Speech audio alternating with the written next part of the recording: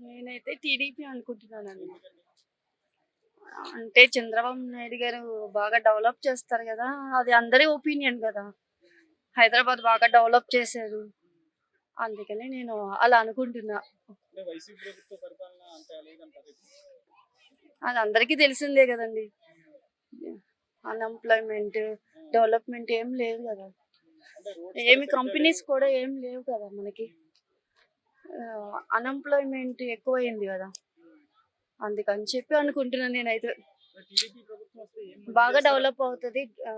హైదరాబాద్ లాగా మంచి సిటీ ఏర్పడుతది అని చెప్పి ఉద్యోగాలు కంపెనీలు ఫ్లైఓవర్స్ వస్తాయనుకుంటున్నారా? అన్నీ ఫెసిలిటీస్ మెట్రో సిటీ అన్నీ డెవలప్ అవుతాయి ఆయనొస్తే. సో పోయినసారి వైసీపీకి 150 సీట్లు వచ్చినాయి. ఈసారి ఎన్ని వస్తాయి అనుకుంటున్నారు? అంటే ఆ ప్రభుత్వం సీట్లు వ్యతిరేకత ఎక్కువ అవన్నీ ఉంది కదా. నాకు అంటే తెలీదండి. 175 సీట్స్ ఉన్నాయి. గెస్ట్ చేయండి. ఫుల్ వస్తాయేమో అనుకుంటున్నా నేను. అది ఫుల్‌గా వస్తాయేమో. వైసీపీకా? వైసీపీకి కాదు. అంటే 175, 175 టీడీపీ వస్తది. ఆ! వీళ్ళకి ఒకటి, రెండు వస్తాయేమో. ఎందుకు మరి అంత మరి అట్లాగే ఉంది గదా! అపోజిట్ గానే ఉంది. ఇప్పుడు అందరి ఒపీనియన్ అట్లానే ఉంది గదా!